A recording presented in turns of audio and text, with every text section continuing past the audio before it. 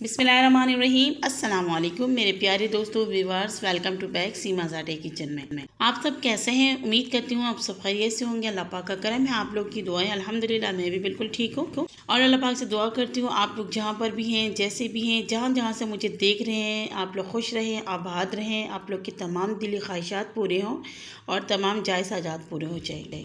आज मैं आप लोग के लिए लाई हूँ मज़ेदार आलू पराठे की रेसिपी, साथ में रेड वाली चटनी। और आलू के पराठे छोटे बड़े हर कोई बहुत ही शौक से इसे खाते हैं, पसंद करते हैं हर घर पर। और आगे मौसम भी चेंज हो रहा है तो ये बहुत ही ज़्यादा बनते हैं। तो चलिए टाइम ज़ाया किए बगैर इस रेसिपी को हम बनाना शुरू करते हैं। तमाम चीज़ों को नोट कर लीजिए। तो यहाँ सबसे पहले हमने ले लिया है फाइन आटा, जो पराठे वाले आटे होते हैं, मैंने वो ले लिया। आप चाहे तो मैदा या फिर गंदम का आटा भी यहाँ पर ले सकते हैं। मेजरमेंट वाले जो कप है उसके हिसाब से यहाँ पर मैंने 2.5 कप लिए हैं। आप अपने घर का कोई भी नॉर्मल कप या फिर जिस तरीके से आपको चाहिए आप लीजिएगा। यहाँ पर आटे को आपने छान लेना है और इसके अंदर नमक शामिल करने हैं 1 टीस्पून। अच्छी तरीके से इसे हम मिक्स कर लेंगे ताकि इसके अंदर नमक की कोई गुठली वगैरह कहीं रह ना जाए। तो यहाँ पर आटा और नमक मिक्स हो चुके हैं। अब हमने यहाँ पर पानी ले लिया। तो पानी मेरे प्यारे व्यूअर्स, यहाँ पे मैं ठंडा पानी इस्तेमाल नहीं कर रही हूँ। पानी के अंदर जब धुआं निकलना शुरू हो गया, इसके अंदर बॉयल वगैरह नहीं आया, तो हमने पानी को उतार लिया और यहाँ पर हमने इसी पानी से आटे को गूंद लेना है। यहाँ पर आपने बस इस तरीके से एक डो तैयार कर लेना है। जैसे नॉर्मली आप लोग रोटी के लिए आटा तैयार करते हैं, उसी तरीके से आपने थोड़ा थोड़ा पानी डालकर यहाँ पर डो को तैयार कर लेना है। तो यहाँ पर आप देख सकते हैं मैंने थोड़े थोड़े पानी डाल के डो को किस तरीके से तैयार कर लिया है। और बस यहाँ पर 2 मिनट हमने इसको अच्छी तरीके से मसाज कर लेना है, यानी कि आटे को अच्छी तरीके से यहाँ पर गूंद लेना है।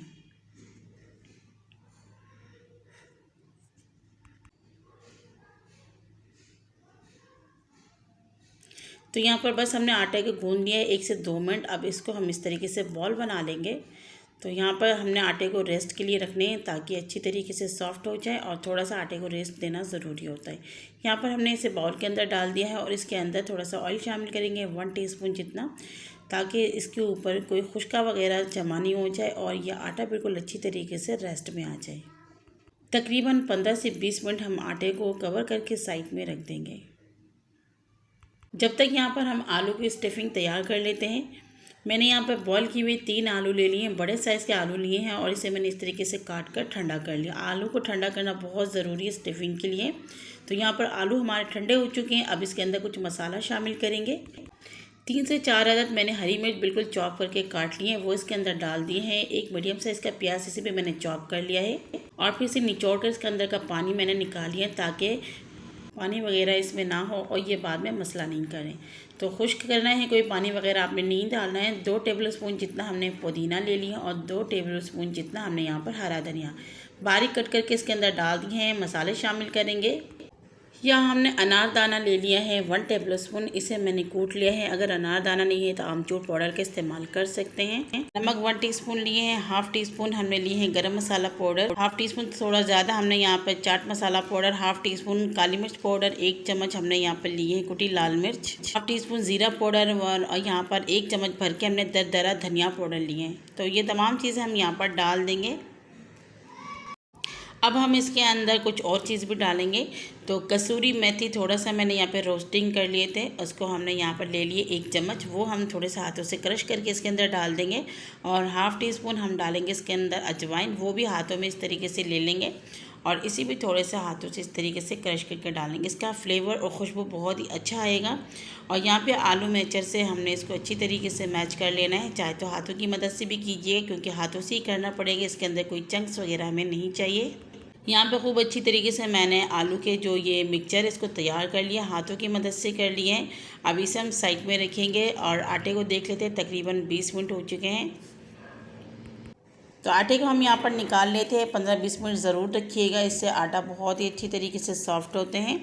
तो यहाँ देखिए मैंने आटे को निकाल लिया। 1-2 मिनट आपने इसको अच्छी तरीके से फिर से गूंद लेना है। और आप देख सकते हैं आटे की जो कंसिस्टेंसी इस तरीके से होना चाहिए। बहुत ज़्यादा पतला आटा भी नहीं बनाना है और ज़्यादा सख्त भी नहीं बनाना है। बस 1 से 2 मिनट इसको इस तरीके से आप गूंद लीजिए। उसके बाद आपने इस तरीके से इसका बॉल बना लेना है।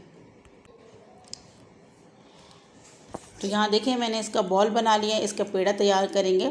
तो यहाँ पर आप जिस साइज़ का बनाना चाहते हैं पेड़ा आप उस साइज़ का बना लीजिएगा। मैं यहाँ पर बड़े वाले साइज़ बनाऊँगी, बिल्कुल छोटा साइज़ भी नहीं बना रही हूँ। तो यहाँ पर मैं 4 पेड़े बनाऊँगी, ठीक है।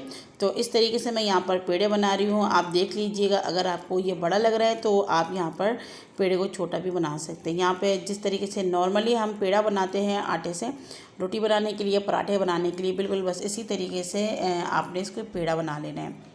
और अगर वीडियो आप लोग को मेरी अच्छी लग रही है, समझ आ रही है थोड़ा सा भी, तो प्लीज़ लाइक के बटन को क्लिक कर लीजिए। और अगर चैनल में नए हैं तो सब्सक्राइब के बटन को भी क्लिक कीजिए। साइड में दिए गए बेल आइकन को दबाना नहीं भूलिएगा, जिससे तमाम नोटिफिकेशन आप तक पहुंचेंगे। जितनी भी वीडियो मैं अपलोड करूंगी सबसे पहले आपको फ्री में देखने को मिलेंगे। तो प्यारे व्यूवर्स, यहाँ पे सारे मैंने इस तरीके से पेड़े तैयार कर लिए, आप देख सकते हैं। तो साइज़ का कोई इशू नहीं है, वो देख लीजिएगा आप। यहाँ पर पेड़े को मैंने साइड में रख लिया, 3 मैंने यहाँ पर रख लिए। थोड़ा सा ऑयल लगा लूँगी ताकि इसके ऊपर खुश्का ना बने, और एक को मैंने नीचे उतार लिए।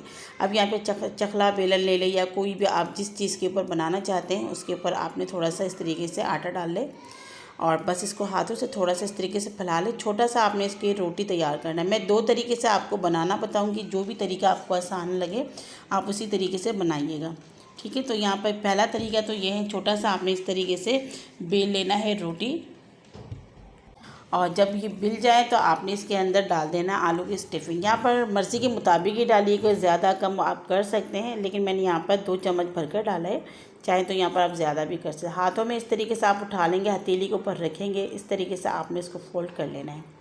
तो देखिए मैंने यहाँ पे पेड़ा काफ़ी बड़ा लिया हुआ था, यहाँ से एक्स्ट्रा भी मैं निकालूंगी। इस तरीके से आपने घुमाते जाना है। बास टाइम ऐसे होते हैं लोग इसको घुमाकर जो है यहीं पे इसको चिपका देते हैं, फिर बीच में से एक अजीब सा ही मोटा सा रह जाता है, तो आपने इसको निकाल लेना। इससे ये होगा कि जो पेड़ा है ना बिल्कुल आपका बराबर रहेगा।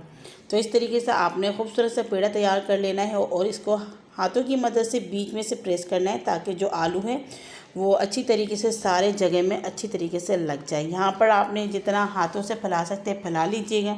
उसके बाद आप काउंटर के ऊपर डस्ट कर लीजिए मैदा या फिर जो भी आटा वगैरह है, और आपने इसका रोटी तैयार कर लेना। बस हल्के हल्के हाथ आपने इसको फैलाते जाना है, बहुत ज़्यादा बड़ा करने की ज़रूरत नहीं, क्योंकि ये रोटी अभी बहुत पतली है। अगर हल्का फुल्का साइडों से निकलना भी शुरू हो जाए तो कोई मसले वाली बात नहीं है, ये कोई टेंशन की बात नहीं है। तो इस तरीके से बना के इसे साइड में रख लूँगी। और अगर आपको ये मुश्किल लग रहा है तो मैं दूसरा तरीका भी आपको बता देती हूँ। आपने इस तरीके से छोटे छोटे पेड़े बना लेने हैं। तो मैंने जो पेड़े बनाए थे उसमें से मैंने आटा कम कर लिया था, और ये साइज़ देखिए रोटी का, ये मैंने साइज़ तैयार कर लिया है रोटी का। तो इस तरीके से आपने इस तरीके से रोटी को तैयार कर लेना है। तो यहाँ पर 2 रोटी चाहिए होंगे एक पराठे के लिए, और ये भी काफ़ी भारी पराठे बनेंगे। ऐसा नहीं कि छोटे रोटी हैं तो पराठे भी आपकी हल्की है, एक बंदे का पेट आराम से भर जाएगा। ये देखिए बिल्कुल नॉर्मली जैसे हम चपाती के लिए बेलते हैं ना, उसी तरीके से आपने इसको बेल लेना है। तो यहाँ पर हमने रोटी तो बेल ली है, अब इसके अंदर स्टफिंग डालेंगे आलू के। तो यहाँ पर मैं डाल रही हूँ। मज़े की एक और बात है, यहाँ पर इस वाले रोटी में जितना दिल चाहे आप स्टफिंग अपनी मर्ज़ी के मुताबिक डाल सकते हैं, दिल खोल के आप डाल सकते हैं इसमें, क्योंकि जितने ज़्यादा इसमें आलू के भुरते जाएंगे, स्टफिंग जाएगी, उतनी मज़े की लगती है। हाथों की मदद से आप इसको फैलाएं, अगर चिपके तो थोड़ा सा ऑयल या पानी लगा के इस तरीके से फैला लें, देखिए बिल्कुल आसानी से फैल जाएगा। बस साइडों में ना ऑयल वगैरह नहीं लगना चाहिए, वरना रोटी आपकी चिपकेगी नहीं। साइडों से हमने रोटी को चिपकाना भी है, इस चीज़ का थोड़ा सा ख्याल कर लीजिएगा। और ये देखिए मैंने खूब भरकर इसके अंदर आलू का जो स्टफिंग है वो डाल दी। ये पराठा तो लाजमी मैं ही खाऊंगी। तो ये देखिए दूसरा वाला जो रोटी है हमने उठाया, इसको चिपकाया। सबसे पहले आपने बीच में से इसको प्रेस करना, अगर कोई एयर वगैरह है वो निकल जाए। उसके बाद साइडों से खूब अच्छी तरीके से आपने इसको प्रेस कर लेना है। तो ये देखिए कितनी है ना आसान, और हर कोई बना सकते हैं, इसमें कोई टूटने का फटने का कोई भी टेंशन नहीं होता। जब चिपक जाए आपने इसको पलट देना है, और बेलन लेना है, बिल्कुल हल्की आंच से आपने बीच में करना है, ताकि आलू की जो स्टफिंग है साइडों में हो जाए। आपको नज़र आ रहे हैं कि ये किस तरीके से फैल चुके हैं। बस इतना सा ही काम कर लेना है, और इसी तरीके से सारी रोटी आपने तैयार कर लेनी है। हमारी रोटी यहाँ पर तैयार है। चूल्हे के ऊपर हमने तवे को पहले से गर्म कर लिया था, और यहाँ पर देखिए हल्का सा ऑयल भी है तवे के अंदर। हमने रोटी को रख लिया है, फ्लेम को मीडियम टू हाई पे रखा हुआ है, और 1 मिनट तक हम इसे इसी के अंदर रहने देंगे। 1 मिनट बाद जाके हमने रोटी को पलट लेना है। जब रोटी को अंदर इस तरीके से कलर आए उसके बाद ही पलटिएगा। तो 1-2 दफ़ा करके आपने रोटी को उलट पलट करके पहले पका लेना है। उसके बाद जाके इसके अंदर बटर डालना चाहे, घी डालना चाहे, ऑयल डालना चाहे, जो चीज़ भी आप इसके अंदर डालना चाहे आप डालिएगा। मैंने यहाँ पर तकरीबन 2 टीस्पून जितना ऑयल शामिल कर लिया है। तो यहाँ पर फ्लेम को मीडियम टू हाई पे कर आपने खूब अच्छी तरीके से इसे 3 से 4 मिनट तक पकाना है। इस रोटी को बनने में ज़्यादा से ज़्यादा 3-4 मिनट ही लग जाते हैं, ज़्यादा टाइम भी नहीं लगते। और चम्मच हो चिमटी हो जो भी उससे आपने इस तरीके से हिलाते जाना है और रोटी को पकाते जाना है। इससे जो होता है ना रोटी अच्छा सा पकता है, क्रिस्पी भी बनते हैं और इसका कलर भी बहुत ही अच्छा आता है। तो यहाँ पर एक साइड तो हमारे समझे तैयार हो ही चुके हैं, इसे हम उलट देंगे और नीचे से भी इसको हम पका लेंगे। तो ये देखें माशाल्लाह खूबसूरत सा कलर गोल्डन सा आना शुरू हो चुका है। लेकिन बास टाइम ऐसे होते लोग जो है ना थोड़ा सा ज़्यादा डार्क कलर पसंद करते हैं, जैसे कि मैं जो है गोल्डन थोड़ा ज़्यादा हो जाए या रेड कलर, मतलब जो भी आप इसे कहते हैं वो कलर मुझे ज़्यादा पसंद है। मतलब ऊपर से ये क्रिस्पी हो और अंदर से सॉफ्टी हो, इस तरीके से मुझे पराठे पसंद है। तो आप अपने हिसाब से कर लीजिएगा, डार्क करना है हल्का करना है जैसे भी करना है, बस खूब अच्छी तरीके से इसको आपने पका लेना है। और यहाँ पर रोटी हमारी रेडी हो चुकी है, इसे हम निकाल लेते हैं। और यहाँ पे सारी रोटी हमारी तैयार हो चुकी हैं। माशाल्लाह आप देख सकते हैं कितने ज़बरदस्त हमारे आलू के पराठे झटपट से बनकर तैयार हो चुके हैं। साथ में मैंने लाल वाली चटनी भी बनाई हुई है और ये पराठे बहुत ही मज़े की बनी है और इतनी अच्छी लगती हैं। मेरे बच्चे बहुत ही ज़्यादा शौक़ से खाते हैं, मेरे नहीं आपके बच्चे भी ज़्यादा शौक़ से ही खाते होंगे। तो ज़रूर आप इस रेसिपी को ट्राई कीजिएगा। और यहाँ पर जो हमने चटनी बनाई है इसकी रेसिपी अगर आपको चाहिए तो आप मुझे कमेंट्स में बताइएगा। बहुत ही मज़ेदार चटनी बनती है आलू पराठे के साथ, आप इसे खूब इंजॉय कर सकते हैं या खिचड़ी के साथ भी आप इसे बना के खा सकते हैं। तो मैं आप लोग के साथ इस रेसिपी को भी शेयर करूँगी। यहाँ पर मैं थोड़ा सा आपको खोल के दिखाती हूँ कि ये जो हमारे पराठे हैं किस तरीके से अंदर से भी हैं। ये देखिए कहीं से भी हमारे जो आलू है नहीं रहे, सब जगह पर अच्छी तरीके से फैल के लगे और इतनी मज़ेदार ये पराठे बन के तैयार हुए। तो आप लोग को मेरी आज की आलू पराठे की रेसिपी कैसी लगी है, प्लीज़ अगर थोड़ी सी भी अच्छी लगी है तो प्लीज़ कमेंट्स करके बता दीजिए, अपनी बहन की हिम्मत अफजाई कीजिए। तो प्लीज़ बहुत ही मुश्किल से बनाती हूँ, बच्चों का साथ होता है रेसिपी बनाने में, बहुत ही मसला हो जाता है, लेकिन आप लोग के साथ इस रेसिपी को भी शेयर करती हूँ। प्लीज़ आप लोग थोड़ा सा कोऑपरेट करें, सपोर्ट करें, फैमिली मेम्बर्स के साथ शेयर करें, जितना हो सके मुझे सपोर्ट करें, किसी का भला हो जाएगा। चैनल में नए हैं तो सब्सक्राइब कर लें और लाइक के बटन को क्लिक कीजिए और मेरी तमाम वीडियो को देखा करें। अगली वीडियो तक के लिए अपनी बहन को इजाज़त दीजिए। दुआओं में याद रखिएगा। अल्लाह हाफ़िज़।